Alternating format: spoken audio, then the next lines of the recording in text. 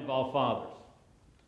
You have to understand, when we started working with fathers in Head Start over the last 10, 15 years, that when we first came in, everybody wanted to fix the guys.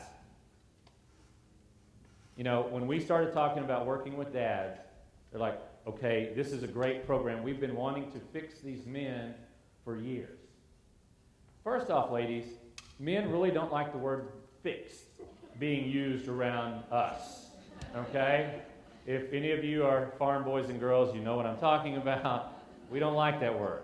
It just has a bad connotation. Secondly, what we found is everybody wants this man to be a good man and have all these things in place, and then we'll let him be a father. Let's get him a job. Let's get him an education. Let's fix all his addictions.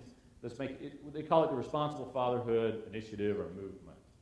And it's not that I don't want men to be responsible, but I need men to be fathers, and children don't have time to wait for me to get fathers perfected. I've got a 21-year-old and a 17-year-old, and they still don't have a father who is perfected. And about the time I get it good, they change and screw everything up, by the way. But it's their fault. But I want you to understand, when we're talking about working with fathers today and working with families, it's not about hairy-legged men. This work is about focusing on kids. I mean, I know that you do this job for the big money. But besides the big money, what you get up for every day is not adults. We have to work with adults, and we like to see great changes in adults, and children need the adults that they're living with, but this is about kids. If you're getting up to change the lives of adults, just for adults, I don't get it. If I just had to work with hairy-legged men, and I have a class for guys, you know, that are on probation for failure to pay child support, but it's about their kids. So before, ladies, you just turn me off completely. This is not about how dads are wonderful and they're the best parent ever. And this is about what can we do with fathers and mothers and get them to work together for the sake of children. Because everything we do in this work is about what's a better future for these kids. We talk about building a community. We talk about building a capacity. Kids are where that capacity is going to be.